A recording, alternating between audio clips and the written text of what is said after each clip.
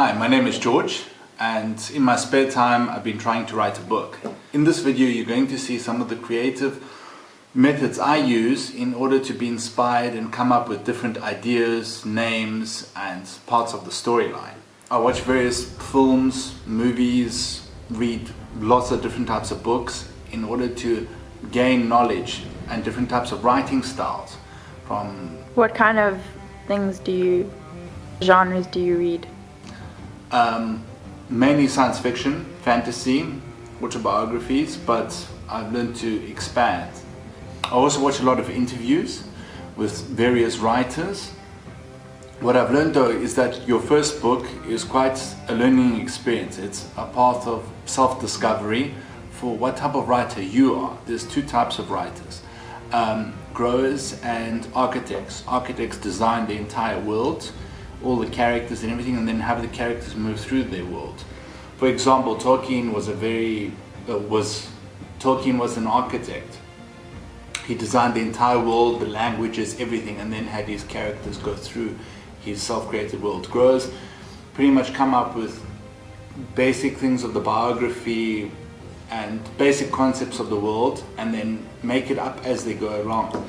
Personally, I think I'm much more of an architect than I am a grower. I like everything to be created, designed, and then have the characters move through.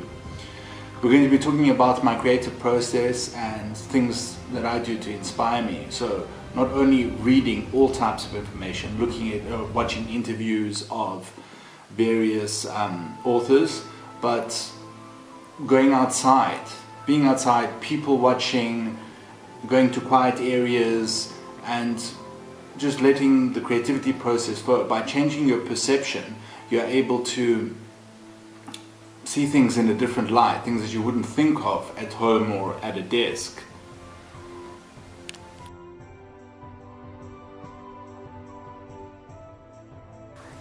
Safaris down in Africa. Also I went to where Tolkien was inspired to write about Lord of the Rings in the Drakensberg Mountains. And going there you can understand how he came up with these concepts and how he was inspired with the vast views and the mountains and everything, and how he was inspired to write about Mordor and all the rest. And he got inspiration for the Shire from where he lived in England, and Mordor and that from the Drakensberg Mountains. Main things that you can do to stimulate your creative process is you need to read all types, from fiction to non-fiction to science fiction to fantasy, across board. There are other types of genres where I don't read and I should. I was watching an interview with George Martin, the writer of Song of Ice and Fire, and he was saying that in terms of reading, that how he reads everything. He says that you just need to consume all types, because even if you're sitting at the dentist or the doctor, pick up a Cosmo or a You magazine or anything to get inside like the female psyche, to see what people are talking about in the gossip, because all that stuff helps give you a fresh perception. And he was saying that he even reads erotica fiction because it helps him with the erotica scenes and the love scenes in his books. Anybody who's read his books, you know. And I think one of the main things is that, well, as a writer, if you want to do some type of writing, is that you need to set a deadline every day. So saying every day you're going to write, even if it's just 100 words, because those 100 words add up over time. So even if it's like 15 minutes or 20 minutes when you go, before you go to sleep, go to bed a little bit earlier, and then just write a bit. I think the more that you get, the more time you invest in it, the more creative you become, and the easier it comes, and you can take that and adapt it into your work, product design, or anything that requires creativity or problem solving. There are many places I like to go. There's some great views of Athens, where I like to go and sit and just think and write. And even if you don't write anything, you can just sit there and just let your imagination go wild.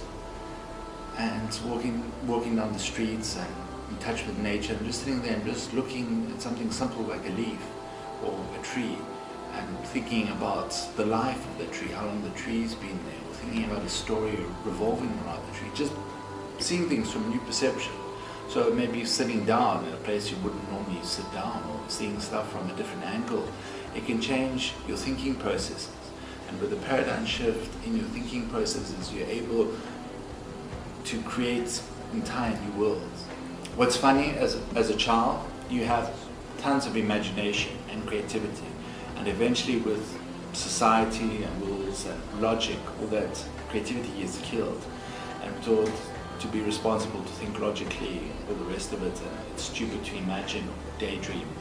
And we spend our entire adult lives trying to get the creativity and imagination that we had as a child.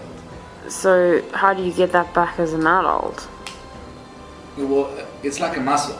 You haven't used it in so long. So visualization, meditation, you could start off slowly with just daydreaming, imagining a scene. If you see somebody walk past in the street and think, I wonder what his life is like. What is he doing? Where is he going? Well, make up some type of tale in your head. You can start off with small steps like that in order to improve your creativity. I would like to talk to you a little about the book that I'm currently writing. It's a science fiction book with a touch of fantasy. The book is set in a future dystopian society. In our future and the book's past, we end up having another world war. A DNA war, to be more specific. Various governments begin to try and improve the genetics of people through direct manipulation of the DNA and increasing the natality rate of preferred people with certain traits. They begin to cure various diseases and create humans who are much smarter, stronger, and faster. Everyone believes that this will be the future of mankind. War breaks out and the first improved humans are sent into battle. The war turns into a world war that devastates life as we know it. The remains of humanity decide that they should create the perfect human in order to lead humanity through the crucible. They create the perfect human being called Sarah. She has infinitely higher intelligence than any human who has ever lived, and certain ESP powers, including the ability to manipulate matter on a fundamental level.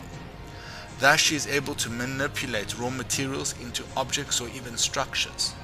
This is where my touch of fantasy comes into play, as I love the idea of magic, but I wanted to make it much more believable with a scientific undertone. In the book, all of this has already happened, and we begin the story with this powerful being ruling over the dystopian society and the horrors that go with it, and our young protagonists rise.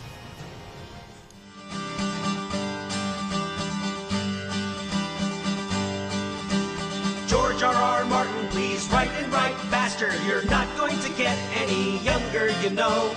Winter is coming, I'm growing impatient, and you've still got 2 whole damn books left to go.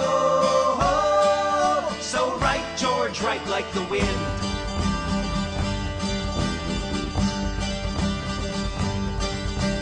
I curse the day that my friend ever loaned me an old dog-eared paperback called Game of Thrones. How could I know that this seed would grow into an addiction that held me right down to my bones? Now 5 books later I lurk with the masses, indignant, entitled, and waiting for word that the great bearded glacier has finally published 900 more pages of crap for the nerds. Why does every new verse of your song keep taking you so goddamn long?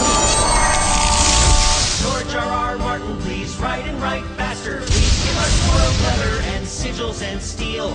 We need our allotment of incest and intrigue and 6-page descriptions of every last meal. So write, George, write like the wind.